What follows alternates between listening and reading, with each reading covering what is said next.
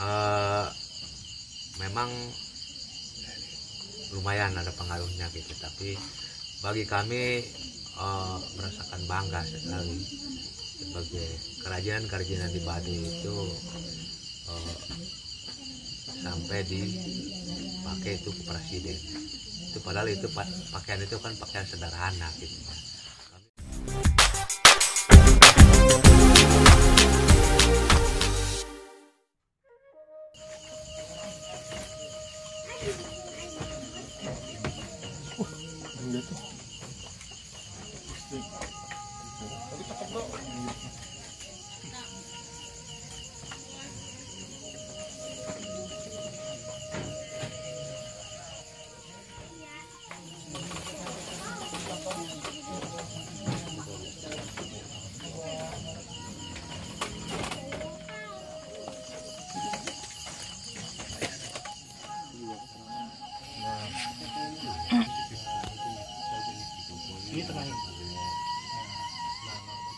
Nama saya Seija sebagai Kepala Desa Kanekes, Kecamatan Lewidamar, Kabupaten Lebak, Provinsi Banten.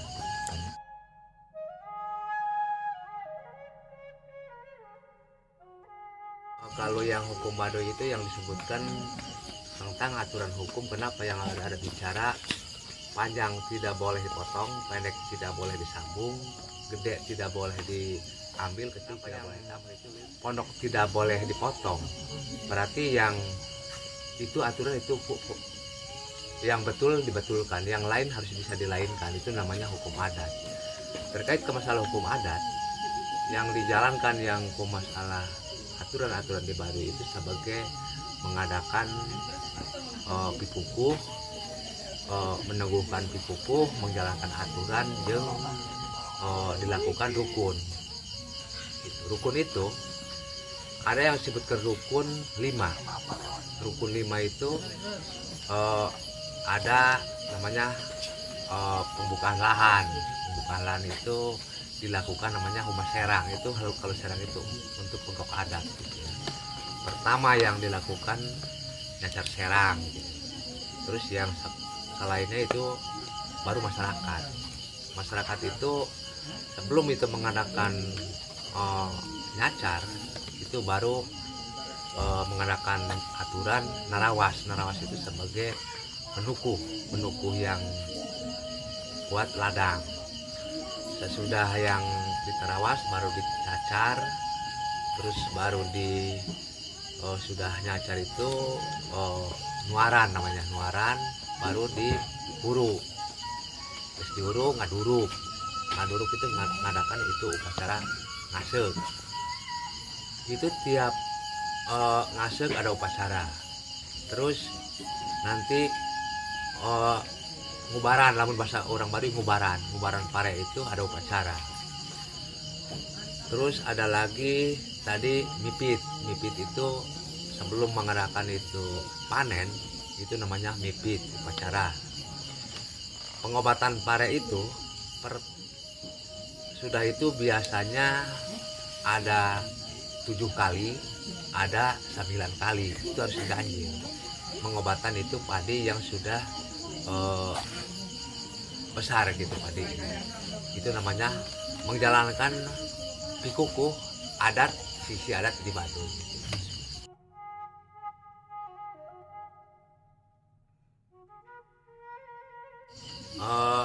Di Baduy saya ingat waktu kecil saya yang sama ibu saya itu waktu itu dilakukan itu daun pelah.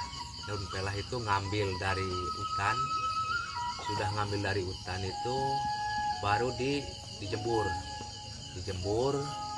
sudah itu dapat yang jemur itu ditumbuh-tumbuhin, sudah panjang baru itu namanya dipihaneken, terus langsung bisa ditenunin, itu pelah. Soalnya sebelum yang dapat dari luar, dari pabrik, itu dilakukan pelah, kapas. Tapi sekarang yang sudah itu kan itu ngambilnya bahan banyak itu dari kota.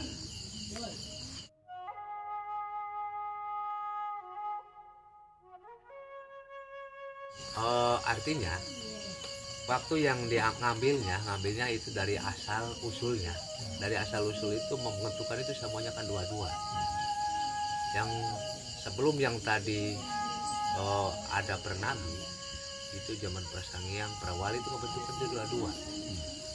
Membentukkan bumi dan langit, membentukkan siang dan malam, membentukkan cewek dan cowok, mengadakan surga jeung neraka seperti itu. Mengadakan itu ada luar ada dalam. Kenapa yang sampai sekarang ada Baduy luar dan ada Baduy dalam? Itu waktu terbentuk awal itu yang seperti itu. Baduy dalam diwajibkan itu pakaiannya putih. Kalau Baduy luar itu hitam putih, hitam bisa, putih bisa. Tapi untuk kalau upacara itu diwajibkan kalau di Baduy luar itu hitam putih, di luar hitam, di dalamnya putih. Orang Baduy dalam itu rata-rata itu ikat putih, bajunya putih. Dampingnya itu aros namanya, aros itu dapat yang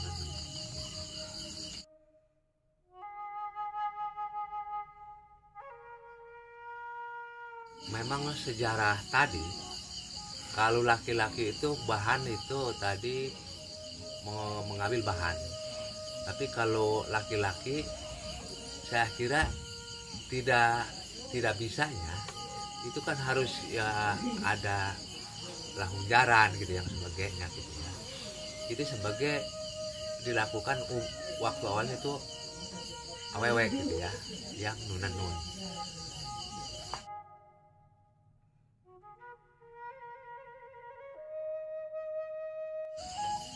Kalau di Baduy itu sekolah formal memang tidak boleh gitu ya.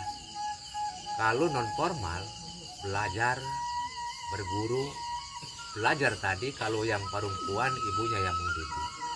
Kalau laki-laki ayahnya yang mengajar.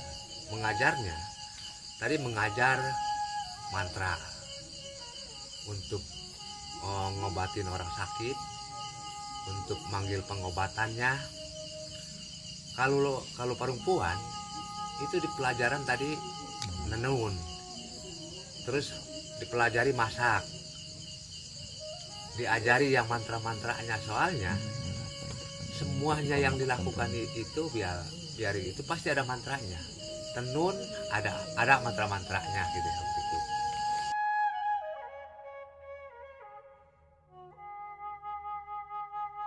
Itu ada seninya, ada aturannya.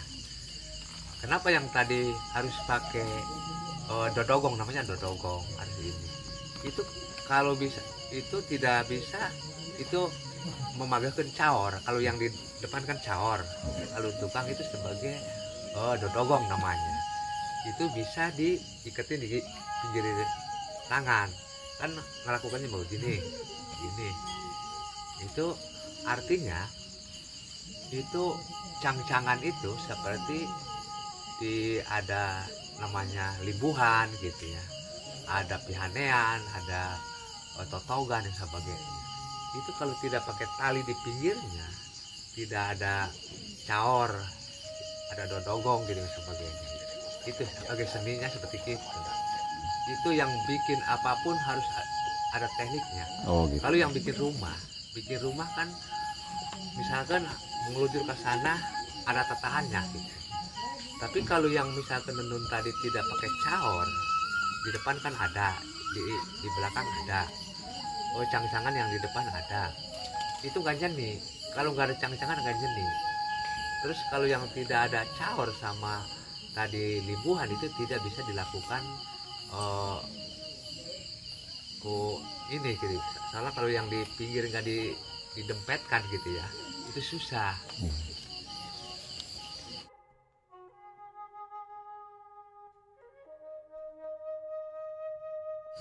Artinya kalau yang namanya disebutkan aros, aya urat awi gede, aya urat awi koneng. Artinya itu memang aya makna gitu ya, yang disebutkan tadi namanya aros gitu. Terus kan rupa-rupa motifnya, ada poleng kacang herang, ada poleng paul gitu ya. Kalau ini namanya poleng kacang herang, poleng kacang herang. Terus kalau aros itu hanya dua rupa kainnya, katehnya hitam putih, itu cukup dua warna. Kalau ini itu bisa 4 motif, ada hijau, ada merah, ada putih. Itu namanya poleng kacang herang. Poleng itu rupa-rupa, ada poleng kacang herang, ada poleng pepetikan, ada poleng maghrib gitu ya. Terus kalau sekarang itu kalau dibikin solendangnya ada anu mancung, ada suat samata, ada suat songket, ada janggawari, adu mancung, itu beda-beda. Kantehnya itu harus dinasarupan ya sama motif gitu.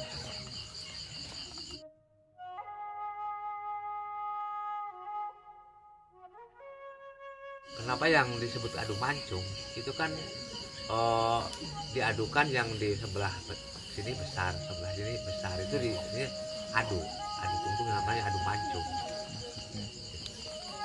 Adu tungtung.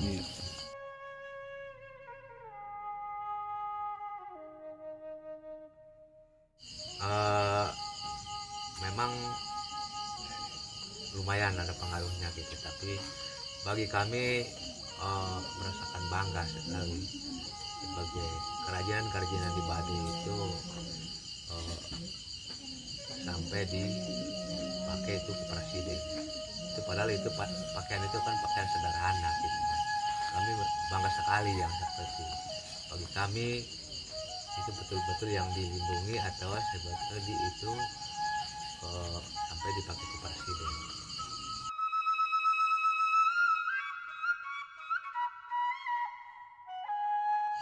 Memang pesan kami yang sebagai untuk wilayah Desa Kanekes itu tadi kerajinan kami, mudah-mudahan itu ke depan itu lebih yang tahu, lebih yang banyak yang mau seperti itu. Soalnya itu kalau yang tidak dibeli sama orang luar gitu, memang kalau khusus sekitar Baduy aja kan nggak bakalan itu bisa berkembang hanya sekitar Baduy. Tapi sekarang yang pasti orang manapun yang banyak yang seperti itu pesan gitu.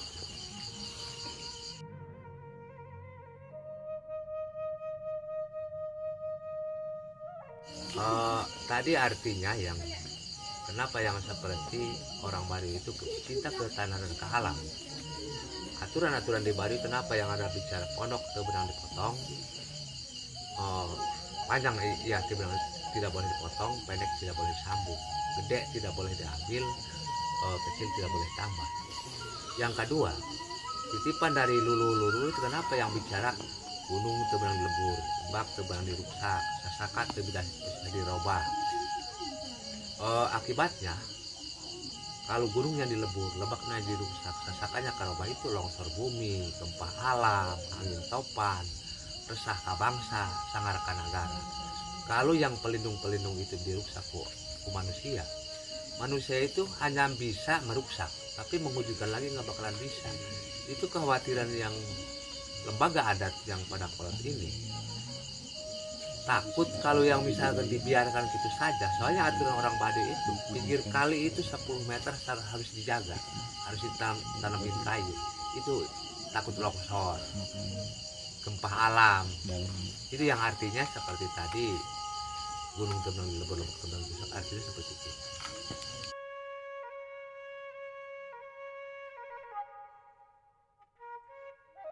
Orang tuh bisa, tapi ada oke yang bisa, ada yang tadi kidung, ada yang sebagai sejarah pantun yang dipantunkan gitu.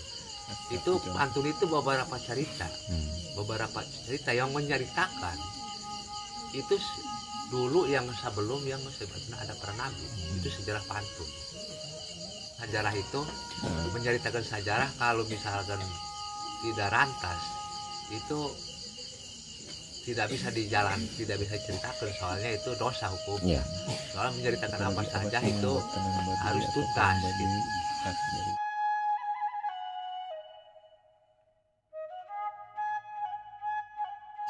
Memang saya lihat gitu ya, kalau motif memang misalkan tenun Bali, misalkan luar itu jauh daripada tenun di Baduy gitu ya. Soalnya di Baduy itu kalau yang misalkan untuk di sini bak kain ini gitu, nggak cukup dipajang aja, kan ini bisa di pakai disangguan supaya ini halus, supaya pergi gitu rupa-rupa. Terus motifnya itu beda-beda, jauh berbeda sama yang tenun di luar.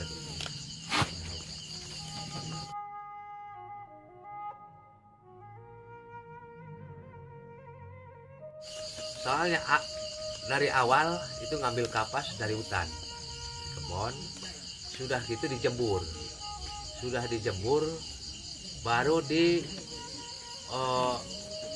diaut-aut itu supaya kan ada bijinya supaya keluar, supaya menjadikan kan tadi tidak ada siki, tidak ada kotor-kotorannya.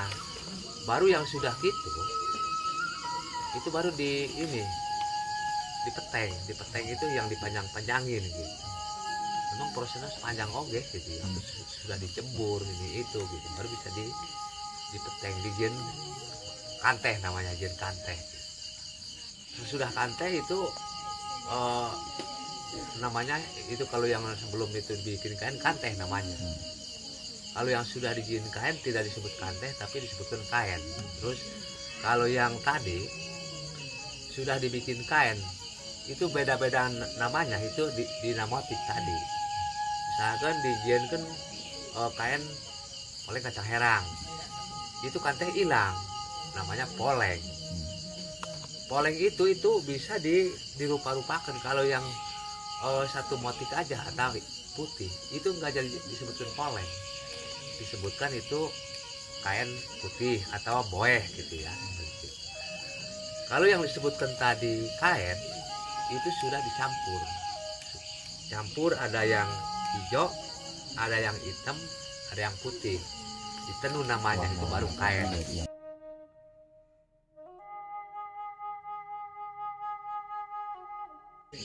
Lamun pewarna alam itu kami kurang tahu semuanya, soalnya harus menanyakan itu ke biasa gitu, model sukma gitu ya. Ini sukma yang biasa, pakai ini pakai itu gitu. Artinya ada dari kulitnya, dari kulit kayu, ada dari kayunya.